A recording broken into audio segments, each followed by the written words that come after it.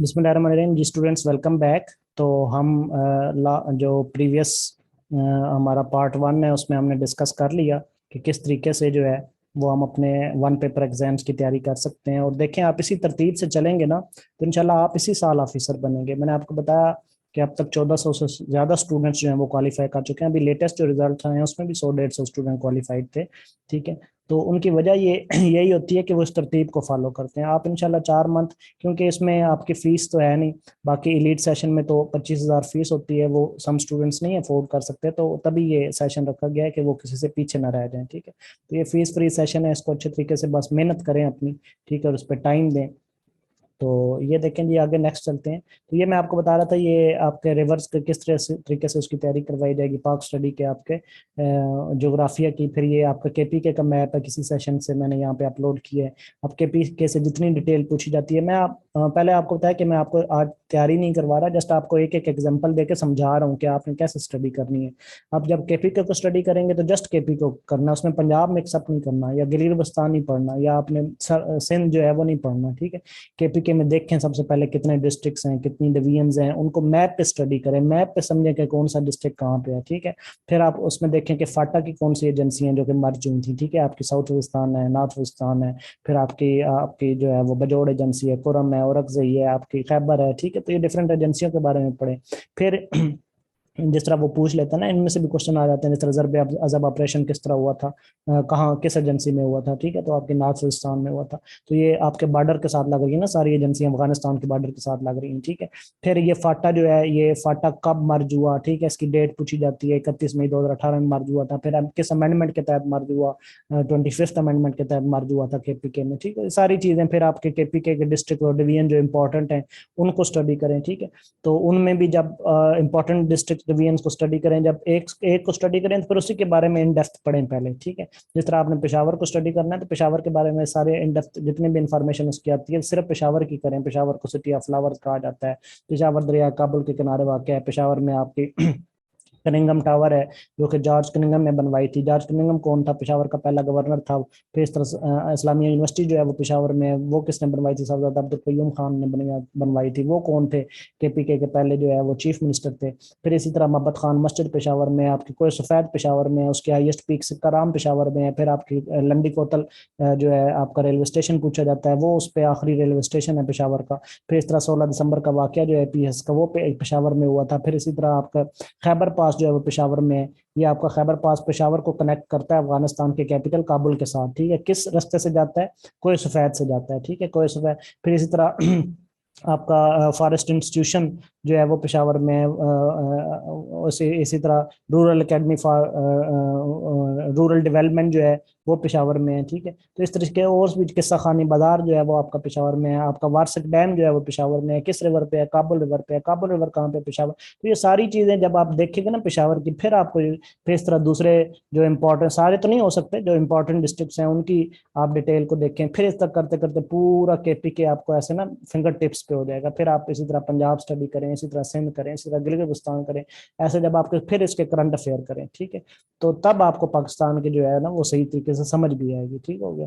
तो चलें जी, आगे चलते हैं। मैंने आपको एक तरीकाकार बताना था। इसी तरह आईटी जो है उसके अब हम ज्यादा डिस्कस नहीं करते, इसको वाइंड अप करने की तरफ आते हैं। जस्ट सिलेबस देखते हैं। आईटी में आपको कंप्यूटर के बारे में बताया जाएगा, parts of computer and generation of computer से क्वेश्चन आते हैं, history of computer, types of computer से क्वेश्चन आते हैं, एमएस ऑफिस है, एक्सेल है, पावर पॉइंट है, इंटरनेट है, ईमेल है, शॉर्टकट कीज आती हैं। इसी तरह डिफरेंट क्वेश्चन आते हैं, तो उनके बारे में आपको जो है वो डिटेल से करवाया जाएगा। इस तरह इस्लामिक स्टडी है, इस्लामिक स्टडी में पोर्शन बने हुए इस्लाम, प्री इस्लाम अलहदा डिस्कस किया जाएगा, पोस्ट इस्लाम अलहदा, होली प्रॉफेट सल्लल्लाहु अलैहि वसल्लम की लाइफ अलहदा। इस तरह मैंने स्टार्ट में ही बताया, प्री इस्लाम में आपके डिफरेंट पैगम्बर्स आ जाते हैं, उनकी लाइफ से क्वेश्चन आते हैं जो इंपॉर्टेंट हैं, जिस तरह हजरत आदम है, फिर इस तरह हजरत इब्राहीम है, हजरत मूसा है, हजरत ईसा है।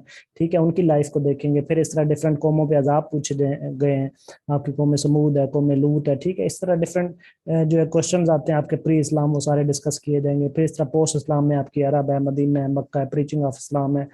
इस तरह फॉलोअर्स ऑफ होली प्रॉफिट पे क्वेश्चन आते हैं, नमाज पे, कुरान पे, हज पे, ज़कात पे, जिहाद पे, तो ये अलग अलग देखे जाएंगे। फिर जब होली प्रॉफिट सल्लल्लाहु अलैहि वसल्लम की लाइफ स्टडी की जाएगी, उसमें से काफी क्वेश्चन आते हैं। तो उसमें से आपके जो है वो भी एक तरतीब से स्टडी की जाएगी, उनकी बर्थ से लेके उनकी डेथ तक जितने भी इवेंट्स हैं वो एक तरतीब से देखे जाएंगे सारे। फिर इसी तरह हिजरी ईयर कब से स्टार्ट होता है, ईसवी ईयर कब से स्टार्ट होता है, नबवी ईयर कब से स्टार्ट होता है, क्योंकि अक्सर क्वेश्चन ईसवी के आते हैं, अक्सर हिजरी के आते हैं, अक्सर नबवी के आते हैं। समटाइम तो स्टूडेंट को ये भी डिफरेंस नहीं क्लियर होता कि ये ईसवी क्या है और नबवी क्या है और फिर हिजरी क्या है। ठीक है, ईसवी जो है ना वो आपकी हजरत ईसा से जो हमारे अब तक चली आ रही है ना, आफ्टर हजरत ईसा जो ईयर चले आ रहे हैं जिसको हम साल अब कहते हैं, अब 2022 ईस्वी है। ठीक है, तो वो ईस्वी कहलाता है। बाकी जो नबवी है वो हजूर पाक सल्लल्लाहु अलैहि वसल्लम की नबूवत से स्टार्ट होती है, जब से उनको नबूवत मिली है ना उससे आगे नबवी स्टार्ट होती है। ठीक है, इनके 40 इयर्स की एज में उनको नबूवत मिली है, तो 40 इयर्स मतलब क्या होगा, 40 इयर्स में 1 नबवी होगी, 41 ईयर की एज में 2 नबवी होगी। ठीक है, तो इस तरीके से वो आगे चलती है।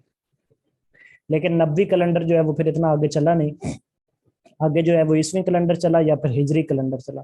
हिजरी कैलेंडर कौन सा होता है, हिजरी कैलेंडर हजूर पाक सल्लल्लाहु अलैहि वसल्लम ने जब से हिजरत की है ना, यानी कि जब उनकी 40 इयर्स एज थी तब नबूवत मिली और तब से नबवी ईयर स्टार्ट हुए, 1 नबवी, 2 नबवी, 3 नबवी, 4 नबवी।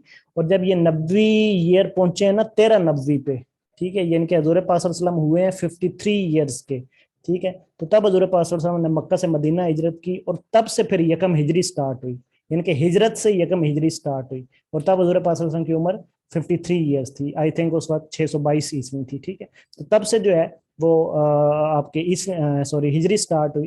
ठीक है, और तब से फिर यकम हिजरी, फिर जितनी भी बैटल्स हैं वो सारी आपकी हिजरी में आती हैं। ठीक है, तो वो फिर बैटल्स को बारी बारी डिस्कस करेंगे, आपकी गजवा बदर है, ओहद है, ठीक है, फिर आपकी खैबर है, फिर आपकी तबूक है, फिर आपकी जो है डिफरेंट और बैटल्स इसमें देखेंगे। ठीक है, और फिर इसी तरह फतह मक्का है, फिर मीसाक के मदीना से क्वेश्चन आते हैं, तो वो सारी एक तरतीब से चीजें जो है ना वो हम उनको देखेंगे। ठीक हो गया, तो इस तरीके से हमारा इस्लामिक स्टडी का सिलेबस जो है वो कवर होगा। फिर इस तरह उर्दू है, इसमें पोइट्स हैं, उर्दू हिस्ट्री है, उर्दू ग्रामर है, बुक्स है, राइटर्स है, लैंग्वेज है, पोइट्रीज है। ठीक है, इस तरह मैथमेटिक्स के जो है वो हम स्टडी करेंगे। ठीक है, अब इसको जरा चले, करंट अफेयर है। करंट अफेयर को तैयार करने का तरीका ये होता है कि बजाय इसके कि आप डिफरेंट न्यूज़पेपर पढ़े, डाउन वगैरह हो गया या इस किस्म के, आप ऐसा किया करें कि चूंकि करंट अफेयर वो देता है लास्ट 2 ईयर से, कहाँ से देता है, लास्ट 2 ईयर से, तो बजाय इसके कि आप डाउन न्यूज़पेपर पढ़ते फिरें, आप लास्ट 2 ईयर्स को अलग कर लें। जनवरी 2000, अब ये 20 से तो नहीं स्टार्ट होगा, अब चूंकि 22 भी आगे चली गई है, तो जनवरी 2021 से स्टार्ट करें। जनवरी 2021 कितने, हर महीने के कितने करंट अफेयर होंगे, 14 होंगे, 15 होंगे, 16 होंगे, तो हर महीने के अलग अलग हम करेंगे। ठीक है, जनवरी 2021 के अलग, फिर फरवरी पे आ जाएंगे, फिर मार्च पे, फिर करते करते 21 कंप्लीट हो जाएगा, फिर इस तरह 22 कंप्लीट कर लेंगे। ठीक है, तो ये बड़ा इजी वे है करंट अफेयर को तैयार करने का। ठीक है, इस तरह वर्ल्ड जनरल नॉलेज है, तो वर्ल्ड जनरल नॉलेज जो है इसमें ये आपको बहुत ज्यादा हेल्पफुल है आपके CSS PMS के एग्जाम में। एक बात मैं आपको यहाँ पे बता दूं कि ये जो आप तैयारी करेंगे ना, इससे ना सिर्फ आपका 1 पेपर का फायदा होगा, बल्कि आपका CSS का एग्जाम है या स्क्रीनिंग है उसकी, PMS का जनरल नॉलेज है या PMS का वैसे एग्जाम है, या इसके अलावा भी आप टेस्ट या नहीं भी देते किसी डिपार्टमेंट का, ठीक है, या देते हैं तो आपका कोई इंटरव्यू आ जाता है, पब्लिक सेक्टर में है, प्राइवेट सेक्टर में है, तो इंटरव्यू में ये चीजें जो है ना वो काफी हेल्पफुल होंगी, आपका ये जनरल नॉलेज जो है, या फिर पाकिस्तान का जिस तरह मैंने आपको सारा बताया, तो वो इंटरव्यू में भी बहुत मदद करेंगे। तो सिर्फ इस तैयारी का जो बेनिफिट है वो ना सिर्फ टेस्ट में है बल्कि इंटरव्यू में भी बहुत ज्यादा हेल्पफुल है। और मैं ये कह रहा था कि अगर नहीं भी देते ना आप टेस्ट या इंटरव्यू किसी डिपार्टमेंट का, तो आप में सेल्फ कॉन्फिडेंस इतना आ जाता है, लेकिन ना सारी चीजें जब आपके फिंगर टिप्स पे हो जाएंगी, तमाम तर नॉलेज जो इन बुक्स का है, तो आपके बेसिक कॉन्सेप्ट्स बड़े स्ट्रांग हो जाएंगे, तो आप किसी महफिल में बैठे हैं, किसी यानी कि बंदा बात को पूछ ही लेता है ना अगला, तो अगर ये भी ना आए कि पाकिस्तान वर्ल्ड के जो है वो कॉन्टिनेंट्स कितने हैं, ये बात भी ना आए, तो आपने केमिस्ट्री में PhD की हो, तो वो कहेगा यार अच्छी तुमने PhD की है। ठीक है, तो वो एक तरीके से ना, क्योंकि अगले को तो नहीं पता होता कि हम इसने केमिस्ट्री में की है, अक्सर ऐसे भी लोग होते हैं। तो सेल्फ जो आपका आपकी सेल्फ अंडरस्टैंडिंग है और आपके आपका सेल्फ कॉन्फिडेंस है वो इतना बिल्डअप हो जाएगा कि आपको जो है वो हेजिटेशन नहीं होगी। ठीक है, तो बाकी इसका फायदा नो डाउट आपके 1 पेपर में बड़ा इजीली आप उसको क्रैक कर सकते हैं, आपका CSS PMS का एग्जाम है। ठीक है, अच्छा, ये वर्ल्ड जनरल नॉलेज को हम कैसे क्लियर करेंगे, इसकी भी एक तरतीब है, जरा गौर से सुन लें ताकि आपको फायदा दे। किसी वजह से कोई स्टूडेंट नहीं भी ज्वाइन कर पाता सेशन, या हमारी सीट्स फेल हो जाती हैं तो उसको एडमिशन नहीं भी मिलता, तो ये एक दफा वो गौर से सुन ले कि ये इसको हम करेंगे कैसे, ताकि वो अपनी सेल्फ स्टडी भी करना चाहे तो उसको आइडिया हो। इसको जो वर्ड जनरल नॉलेज जब आपने करना है ना, तो इसको आपने ना इसके एक तरतीब बना लेनी है। ठीक है, सबसे पहले देखें ना, वर्ल्ड में दो ही चीजें हैं, या पानी है या खुश्की है। पहले पानी को स्टडी कर लें या पहले खुश्की को स्टडी कर लें। अगर पानी को स्टडी करेंगे तो आपको 5 बड़े टुकड़े मिलेंगे पानी के, जिसमें सबसे बड़ा टुकड़ा आपका पैसिफिक ओशन है। तो पानी के 5 बड़े टुकड़े हैं, उनको हम ओशंस कहते हैं। ठीक है, सबसे बड़ा टुकड़ा आपका पैसिफिक ओशन है, दूसरा आपका अटलांटिक है, तीसरा आपका इंडियन है, चौथा आपका सदर्न ओशन है, पांचवा आपका आर्कटिक ओशन है। ठीक है, ये 5 ही बड़े, और मैं तरतीब से बताए हैं, बड़े से लेके छोटे की तरफ। ठीक है, तो इनको पहले स्टडी कर लें। इनको जब आप स्टडी कर लेंगे फिर पीछे बच जाएगी लैंड। लैंड जो है वो हमारे 7 पार्ट्स में तकसीम है, जिसको हम कॉन्टिनेंट कहते हैं या बर आजम कहते हैं उर्दू में। ठीक है, 7 पार्ट्स हैं उसके, अब वैसे 8 हो गए, लेकिन अभी फिलहाल 7 तक आप समझें। उसमें सबसे बड़ा आपका जो है वो एशिया है, फिर अफ्रीका है, फिर नॉर्थ अमेरिका है, फिर साउथ अमेरिका है, फिर अंटार्कटिक है, फिर यूरोप है, फिर ऑस्ट्रेलिया है। ठीक है, तो ये आपके 7 कॉन्टिनेंट्स हो गए। अब इनको भी 1 बाय 1 स्टडी करें। ठीक है, जब आपने एशिया को करना है तो फिर सिर्फ एशिया की हद तक रहें, फिर यूरोप मिक्सअप ना करें बीच में। जब आपने यूरोप करना है या साउथ अमेरिका करना है तो फिर नॉर्थ अमेरिका उसमें मिक्सअप ना करें, तो एक तरतीब से करें। इनके आपको सबसे पहले तो ये पता होना चाहिए ना कि एशिया के कंट्रीज कितने हैं। ठीक है, फिर इनके नैरो डाउन करते जाए, कहने का मकसद ये चीजों को नैरो डाउन करते जाए। सबसे आपने पहले देखा कि कॉन्टिनेंट्स कितने हैं, फिर उन कॉन्टिनेंट्स में कितने कंट्रीज आ रहे हैं, उन कंट्रीज को देखें। फिर जब आप एशिया को स्टडी करते हैं तो एशिया के कंट्रीज देखें, क्योंकि उनकी करेंसी पूछी जाती है, उनके कैपिटल्स पूछे जाते हैं। तो जब तक आपको कंट्री की लोकेशन नहीं मालूम होगी, जब तक पता नहीं होगा, उनके नाम नहीं आएंगे, या खसूसन जब आप CSS PMS में ऐसे राइटिंग करते हैं, करंट अफेयर लिखते हैं, जब तक आपको यूक्रेन और रशिया की लोकेशन नहीं पता होगी तो उसका मैप कैसे बना सकेंगे ऐसे में, या फिर उस पर डिस्कस कैसे कर सकेंगे आप जो है। जब उसकी लोकेशन पता होगी तो बड़ा अच्छा मैप भी ड्रॉ करेंगे और उसके आपको एक्स्ट्रा मार्क्स मिलेंगे। ठीक हो गया। तो मैं ये बता रहा था कि जब एशिया करें तो फिर सिर्फ एशिया करें, फिर आपको पता होना चाहिए एशिया में कितने कंट्रीज हैं। आपके एशिया में 48 या 49 कंट्रीज हैं। ठीक है, उसमें आपका अफगानिस्तान है, अर्मीनिया है, अजरबैजान है, बहरीन है, बांग्लादेश है, भूटान आपका आ जाता है, चाइना है आपका, ईस्ट तिमोर है, Georgia, India, Indonesia, Iran, Iraq, Israel, Japan, Jordan, सारे आपके एशिया कंट्रीज आ जाते हैं। ठीक है, आपका कुवैत आ जाता है, किर्गिस्तान है आपका, लाओस है, लेबनान है, मलेशिया, मालदीव, मंगोलिया, म्यांमार आ जाता है आपका, नेपाल अपना, पाकिस्तान आ जाता है, नॉर्थ कोरिया आ जाता है, फिलीपाइंस आ जाता है, कतर आ गया, सऊदी अरब, सिंगापुर आ गया, साउथ कोरिया। अच्छा, सिंगापुर मैंने बोला, अब वो आपसे पूछता है जी सिंगापुर का कैपिटल क्या है। ठीक है, अब अक्सर स्टूडेंट सोचते हैं कि कंट्री के नाम पे तो कैपिटल हो नहीं सकता, वो कोई और ऑप्शन टिक करके आ जाते हैं। हालांकि सिंगापुर का कैपिटल भी सिंगापुर ही है। ठीक है, बल्कि सिंगापुर के अलावा अगर आप देखें तो वर्ल्ड में कोई 9 कंट्रीज ऐसे हैं कि जिनका कैपिटल उन्हीं के नाम पे है। जिस तरह अभी पीछे मैंने कुवैत बोला, तो कुवैत का कैपिटल भी कुवैत कुवैत के नाम पे है, कुवैत सिटी है। इस तरह आप यूरोप में चले जाएं तो यूरोप में डिफरेंट कंट्रीज आपको मिलेंगे जो उनके नाम पे। अंडोरा है, उसका कैपिटल एंडोर है। फिर वेटिकन है, उसका कैपिटल वेटिकन है। लग्जमबर्ग है, उसका कैपिटल लग्जमबर्ग है। मोनाको है, उसका कैपिटल मोनाको है। नॉर्थ अमेरिका में चले जाए, मेक्सिको है, उसका कैपिटल मेक्सिको है। नॉर्थ अमेरिका में आपका पनामा है, उसका कैपिटल पनामा है। गोटामाला है, उसका कैपिटल गोटामाला है। ठीक, तो ये सारे ऐसे कंट्रीज हैं जिनका कैपिटल भी उनके नाम पे। फिर नॉर्थ अमेरिका फॉर एग्जाम्पल आप पूछते हैं नॉर्थ अमेरिका में कितने कंट्रीज हैं, पता होना चाहिए 23 कंट्रीज हैं। उनके नाम आने चाहिए, एंटीगुआ बरबुदा है, बाहामास है, बारबाडोस है, USA आपका, कनाडा है, Saint Lucia, Saint Kitts and Nevis है, मेक्सिको है, जमैका है, हेटी है, हंडोरस है आपका, ग्रेनाडा आ जाता है, गोटामाला आ जाता है, डोमिनिका है, कुबा है, फिर आपका कोस्टारिका आ जाता है, बेलीज है। ठीक है, सारे आपके नॉर्थ में। फिर इस तरह साउथ अमेरिका के पता नहीं। तो मैंने एक तरतीब बताई है कि आप नैरो डाउन करते जाएं चीजों को। फिर जब आपके कंट्रीज मालूम हो गए फिर आप उनकी कंट्रीज की स्पेसिफिकेशन करें। ठीक है, जो इंपॉर्टेंट है, जो इंपॉर्टेंट कंट्रीज हैं, सबकी तो नहीं हो सकती, लेकिन जो इंपॉर्टेंट कंट्रीज है, तो इंशाल्लाह आप देखेंगे इन 4 मंथ के सेशन में बड़ी डिटेल से जो है ना वो पूरा मैप आपके फिंगर टिप्स पे होगा। चलिए देखें, कुछ सेशन से मैंने यहाँ पे पिक्स आपके साथ शेयर की हैं। ये जब उनको पहले मैंने पूरा वर्ल्ड मैप समझाया हुआ है कि उसको स्टडी कैसे करना है। ये आपका नॉर्थ अमेरिका है, नीचे साउथ अमेरिका है, अफ्रीका है, ऊपर यूरोप है, ये एशिया है, फिर अंटार्कटिक है, फिर ये ऑस्ट्रेलिया है इस तरफ। ठीक है, इस तरह ये साउथ अमेरिका देखें। साउथ अमेरिका को जब मैंने स्टडी करवाया किसी सेशन में, जब मैंने साउथ अमेरिका करवाया तो उसमें मैंने नॉर्थ अमेरिका मिक्सअप नहीं किया, या यूरोप जो है वो मिक्सअप नहीं किया, या एशिया जो है वो मिक्सअप नहीं किया। आप देख सकते हैं जितनी भी मैंने इंफॉर्मेशन लिखी है सारी साउथ अमेरिका से। ठीक है, जिस तरह सॉरी, जिस तरह ब्राजील है। ठीक है, ब्राजील को जब मैंने स्टडी करवाया तो फिर सिर्फ ब्राजील को पढ़ाया कि ब्राजील क्या है। ठीक है, और इसमें से कौन कौन से क्वेश्चन आते हैं। ठीक है, जिस तरह फॉर एग्जांपल ब्राजील जो है ये आपका पॉपुलेशन के एतबार से 6 नंबर पे है, एरिया के एतबार से 5वें नंबर पे है, फिर इसमें कैपिटल जो है उसका ब्राजील ही है, फिर इसमें एक वंडर्स ऑफ द वर्ल्ड में से एक वंडर यहाँ पे है। ठीक है, जिसको क्या कहते हैं, क्या नाम है इसका, चले मेरे माइंड से स्किप हो गया, अभी आ जाता है नाम, ठीक है। तो वो वंडर्स ऑफ द वर्ल्ड में से एक वंडर जो है वो ब्राजील में है। फिर इस तरह ब्रिक्स में अच्छा वो मेरे माइंड में आ गया, उसका नाम है क्रिस द रिडीमर, ठीक है। क्रिस द रिडीमर जो है वो वंडर्स ऑफ द वर्ल्ड में से एक वंडर है, ठीक है, जो कि रियो डी जेनेरियो सिटी में है, ठीक है। कोर्कोवाडो माउंटेन है वहाँ पे, टिजुका फॉरेस्ट के पास जो है ना, वो क्रिस द रिडीमर ईसाइयों का एक मुजस्मा है, ठीक है। तो वो वहाँ पे वंडर्स ऑफ द वर्ल्ड में से एक वंडर है, ठीक है। फिर इसी तरह आपके ब्रिक्स का मैं बता रहा था, ब्रिक्स जो है 5 emerging economies of the world, ठीक है। उसमें ब्राजील शामिल है, बी से ब्राजील बनता है आपका, ठीक है। आर से रशिया बनता है, आई से इंडिया बनता है, सी से आपका चाइना बनता है, एस से साउथ अफ्रीका बनता है, ठीक है। इस तरह फिर पेंटानॉल वेटलैंड है जो कि largest wetland of the world है, वो भी ब्राजील में है। फिर इस तरह आपका तिप्पू डैम है जो कि second largest dam of the world है, जो कि पराना रिवर पे, और वो ब्राजील में है, ठीक है। फर्स्ट लार्जेस्ट आपका 3 लार्जेस्ट डैम है चाइना में, ठीक। फिर इसी तरह आपका फुटबॉल के हवाले से इंफॉर्मेशन आती है। फिर इसी तरह आपके ये जो अमेजोन रिवर है, ये आपका मेजरली जो है ब्राजील में से गुजर रहा है। अमेजोन रिवर जो है वो दुनिया का सबसे बड़ा रिवर है आपका, ठीक है, largest river of the world है वॉल्यूम के एतबार से। लेकिन अगर लेंथ के एतबार से पूछा जाए तो वो नाइल रिवर है, ठीक है। लेंथ के एतबार से सबसे लंबा रिवर जो है वो नाइल है, वो आपका अफ्रीका में है, उसके विक्टोरिया लेक से निकलता है और ऊपर मेडिटेरेनियन सी में उसका माउथ है, ठीक है।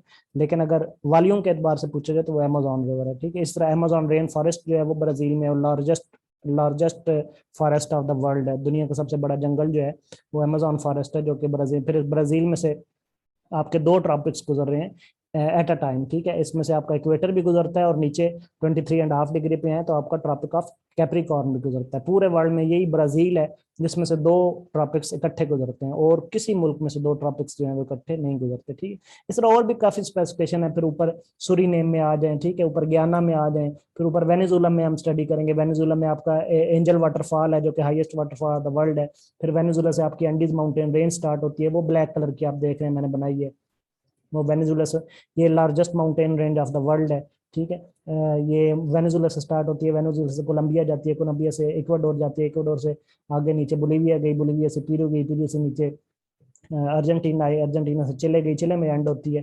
फिर नीचे ड्रैक पैसेज है, फिर नीचे मैगेलन स्ट्रेट है, बिगल चैनल, ये डिफरेंट। फिर अटाकामा डेजर्ट है, driest desert of the world है, वो आपका चिले में है, ठीक है। डिफरेंट क्वेश्चन जो है ना वो यहाँ से आते हैं। तो जब तक आप इसको, कहने का मकसद ये था, जब तक आप इसको तरतीब से और सीक्वेंस के साथ स्टडी नहीं करेंगे तब तक ये आप 100 बुक्स भी पढ़ लें, ये आपको कभी भी याद नहीं होने वाला, ठीक हो गया।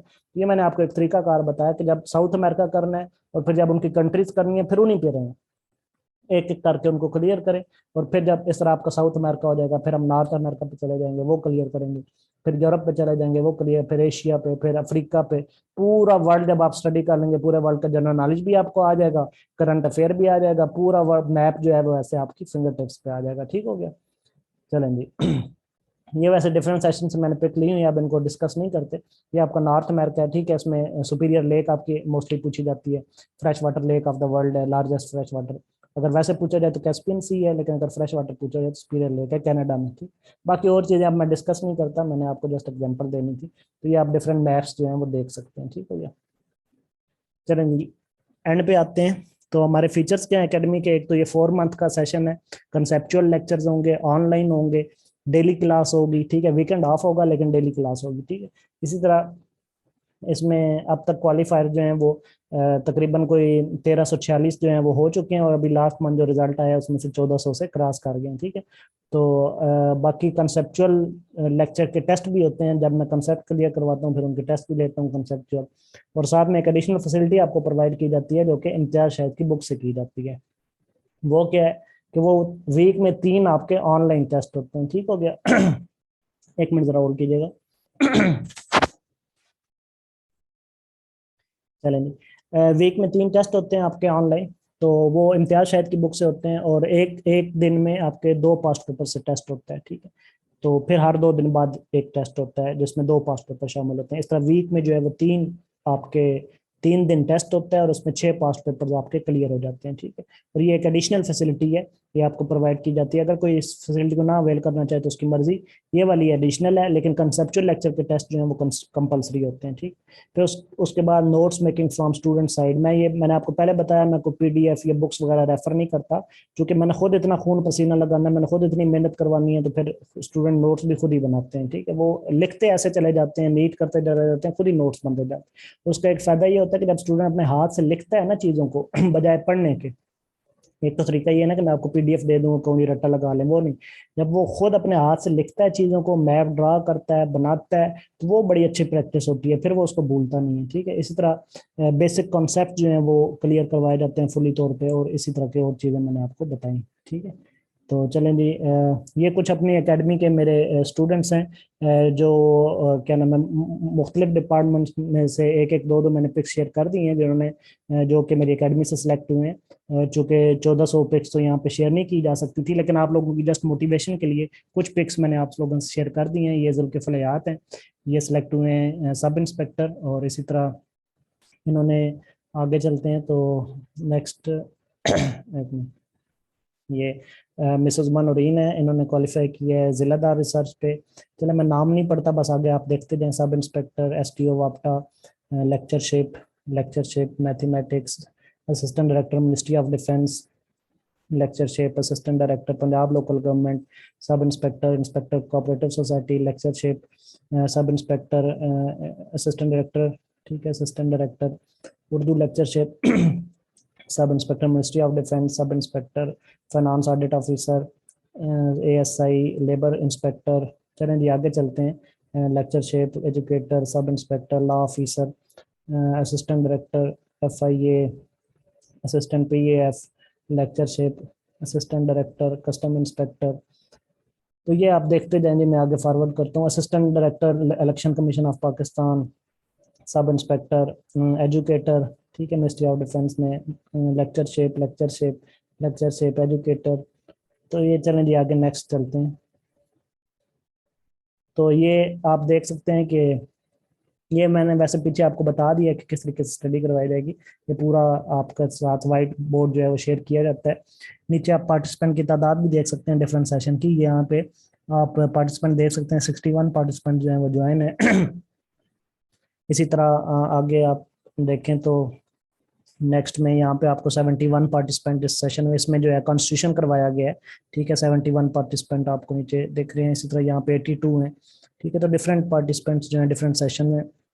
ये फिजिकल एकेडमी जो है ये सरगोदा में लोकेट करती है, और इंटरव्यू की भी तैयारी करवाई जाती है, ऑनलाइन भी करवाई जाती है, फिजिकली भी करवाई। जो क्वालिफाई करते हैं ना, फिर उनको इंटरव्यू की भी तैयारी करवाई जाती है। पूरा पैनल बिठा के ना, ये राइट साइड पे जो है ये डिप्टी डायरेक्टर लोकल गवर्नमेंट बैठे हैं, फिर डिप्टी कमिश्नर साहब बैठे हैं, फिर आईएसबी इंटरव्यू एक्सपर्ट बैठे हैं। इसी तरह पूरा पैनल जो है वो बिठा के 1 बाय 1 ऑनलाइन भी करवाई जाती है और फिजिकली भी। ठीक है, ये आप देख सकते हैं एनवायरनमेंट एकेडमी का।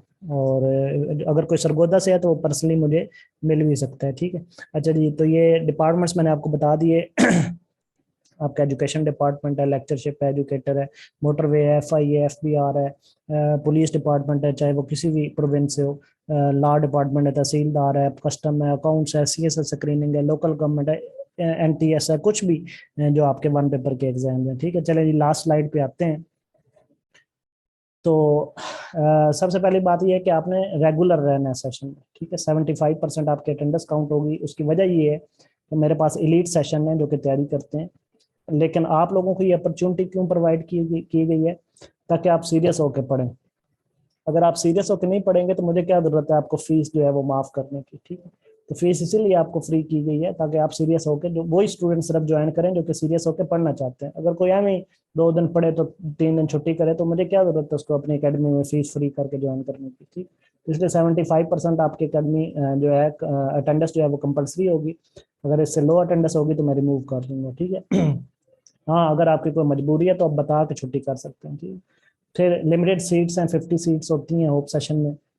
और इसमें एक बात ये है कि अभी तक 27 सीट्स ऑलरेडी जो है वो बुक हो चुकी हैं। आई थिंक 27 या 26 हैं। ठीक है, तो बाकी जो आपकी 23 या 24 सीट्स हैं उनके लिए आपको इनवाइट किया गया है, और उस पर जो एडमिशन है वो first come first reserve base पे होगा।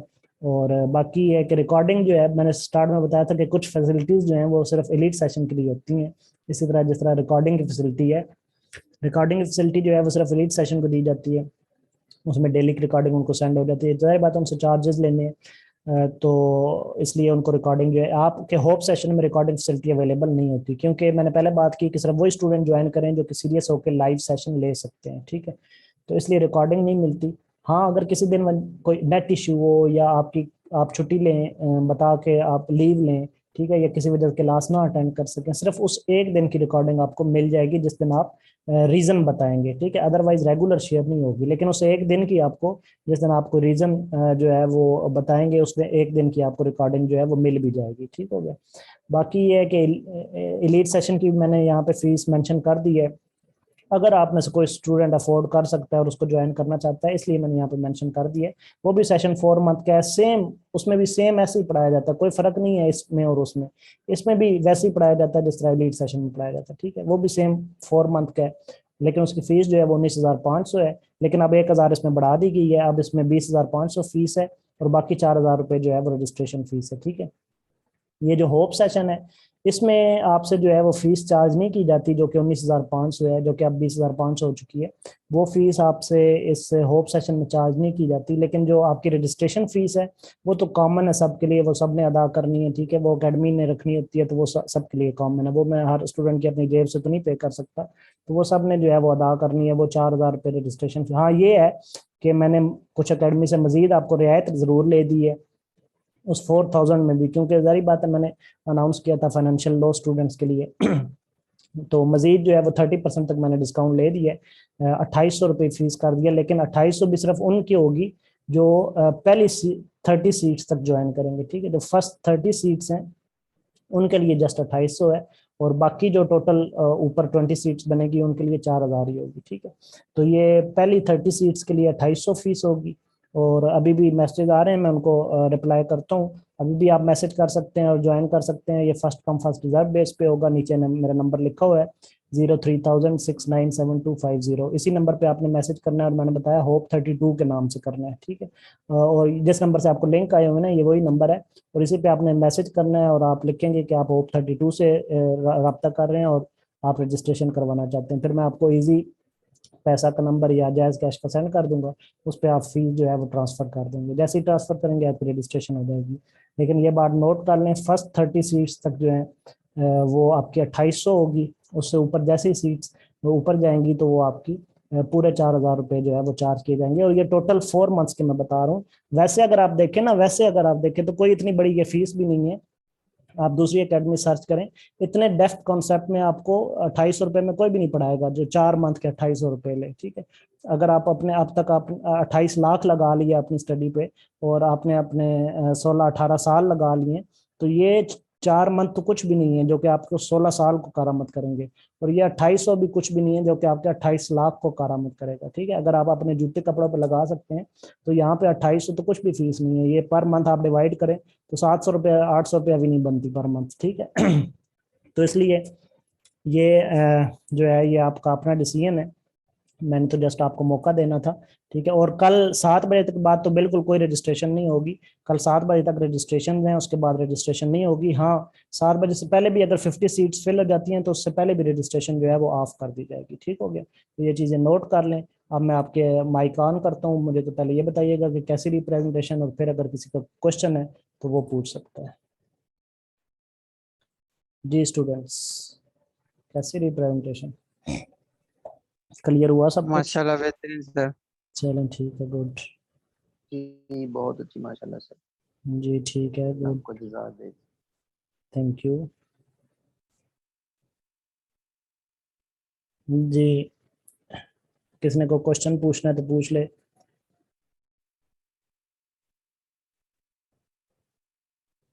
जी स्टूडेंट्स। सर ये बहुत अच्छा सेशन है माशाल्लाह से, जी एक थैंक अच्छी यू, अपॉर्चुनिटी दे रहे हैं, थैंक यू। एक अच्छी ग्रिप है माशाल्लाह।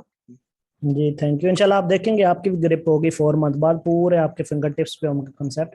और फिर ये आप देख लें, आप किसी एकेडमी में जाएं, फिजिकल एकेडमी में जाएंगे तो आपको कम से कम 15-20 हज़ार वहाँ पे फीस देनी पड़ेगी, आने जाने का खर्चा। फिर वहाँ पे अगर रहते हैं तो हॉस्टल का खर्चा। आप ऑनलाइन भी देखते हैं तो 10-12 हज़ार से एक मंथ की 40 दिनों की कम नहीं होती वो फीस, ठीक है। तो ये तो 4 मंथ की सर आपने ये सिर्फ 2,800 देनी है, ठीक है। तो कोई इतनी बड़ी हैवी फीस नहीं है। जी बताएं। सर ये आपकी क्लास टाइमिंग क्या है? 9 बजे। वैसे अब सर्दियों में हो सकता है नौ 8:30 हो जाए, अभी फिलहाल 9 बजे होगी। नौ हो बजे सकता है से 8:30 साढ़े हो नौ जाए। बजे तक नहीं नहीं, 1 घंटा सवा घंटा की होती है। तो अभी हो सकता है 2-3 दिन तक हो सकता है मैं इसको 8:30 भी कर दूं, ठीक है। तो 8:30-9 बजे के जी करीब सर। जो है ये होगी, क्योंकि अब सर्दियां आ गई हैं तो जी हो सकता है आधा घंटा मैं पहले कर दूं। जी सर, थैंक यू। मैं मैसेजेस भी पढ़ता हूँ जी साथ साथ, किसी ने कोई क्वेश्चन करना है कर ले। हाँ जी, व्हाट्सएप करना है मुझे रजिस्ट्रेशन के लिए इसी नंबर पे बस। ग्रुप में जो है वो कोई लिंक अब सेंड नहीं होगा दोबारा। फीस मैंने बता दी है, मुझे व्हाट्सएप कर दें जी। किसी का और को क्वेश्चन है पूछ लें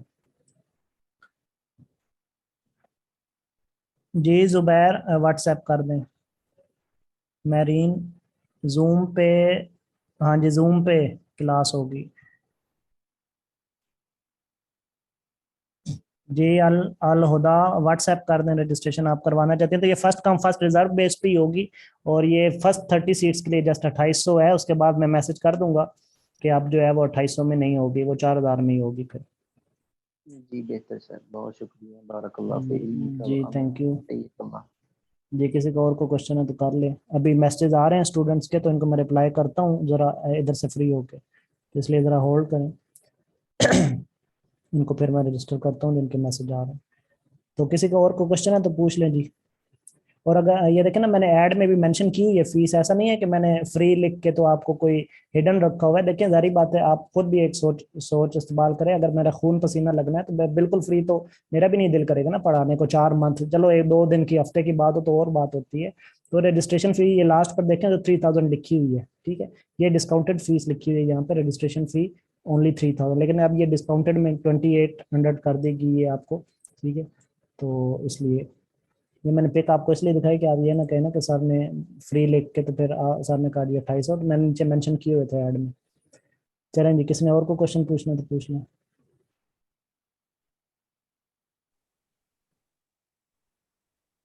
जी। स्टूडेंट्स क्लियर है सब कुछ? जी जी जी सर। चलें जी। मैसेज में पढ़ लेता हूँ साथ साथ। जज़ाकल्लाह फी जी, किस तरह से पे बारकल्लाह। करनी है आमना? फी आप मुझे मैसेज करेंगे ना, होप 32 जरूर लिखना है। आप मुझे मैसेज करेंगे तो मैं आपको ना वहाँ पे जायज़ कैश इजी पैसा का नंबर सेंड कर दूंगा, तो उस पर आप ट्रांसफर कर देंगे, ठीक है। और जैसे आप ट्रांसफर करेंगे उसका स्क्रीनशॉट मुझे सेंड करेंगे तो आपकी रजिस्ट्रेशन हो जाएगी। लेकिन first come first reserve base पे 30 सीट्स के बाद 400 में होगी, 4000 में होगी। और कल 7 बजे के बाद बिल्कुल भी नहीं होगी। और उससे पहले अगर 50 सीट्स हो जाती हैं तो तब भी रजिस्ट्रेशन जो है वो ऑफ कर दी जाएगी। और इसमें आप देखेंगे कि सेशन में इंशाल्लाह जो है वो आपके कोई 100 तक स्टूडेंट होंगे, क्योंकि ऑलरेडी एक स्लॉट जो है वो बुक है 50 स्टूडेंट्स की, ठीक है। ये तो दूसरी स्लॉट के लिए आपको इनवाइट किया जा रहा है, उसमें भी कुछ स्टूडेंट्स ऑलरेडी बुक हैं, ठीक है। तो ये स्ट्रेंथ आपकी कोई नियर 90-100 तक जो है ना ये स्ट्रेंथ होगी आपकी। तो ऑलरेडी चूंकि हमारी 2 स्लॉट्स होती हैं, एक स्लॉट ऑलरेडी स्टूडेंट्स एडवांस में रिजर्व करवा लेते हैं सीट्स, तो ऑलरेडी एक 50 की बुक है स्लॉट। तो ये दूसरी स्लॉट है जिसमें आपको इनवाइट किया जा रहा है जी। स्टूडेंट्स क्लियर है? वाइंड अप करें, ऑफ जी करें? किसी का जी क्वेश्चन? ये मैसेज में जितने क्वेश्चन पूछे मैं वो मुझे पर्सनली भी मैसेज करके पूछ सकते हैं, अगर मैं यहाँ पर रिप्लाई ना करूँ तो। बहरहाल मुख्तार ये है कि जिन्होंने जिन्होंने लिखा हुआ है वो व्हाट्सएप कर दें मुझे, ठीक है, रजिस्ट्रेशन के लिए। बाकी तरीकाकार मैंने बता दिया, 03,0697250। जिस नंबर से आपको लिंक आया हुआ है उसी नंबर पे आपने मैसेज करना है, व्हाट्सएप करना है। ओके स्टूडेंट्स, अल्लाह हाफिज, टेक केयर। अल्लाह हाफ़िज़, बारकल्लाह। अल्लाह हाफिज। अस्तग़फिरुल्लाह दीनक।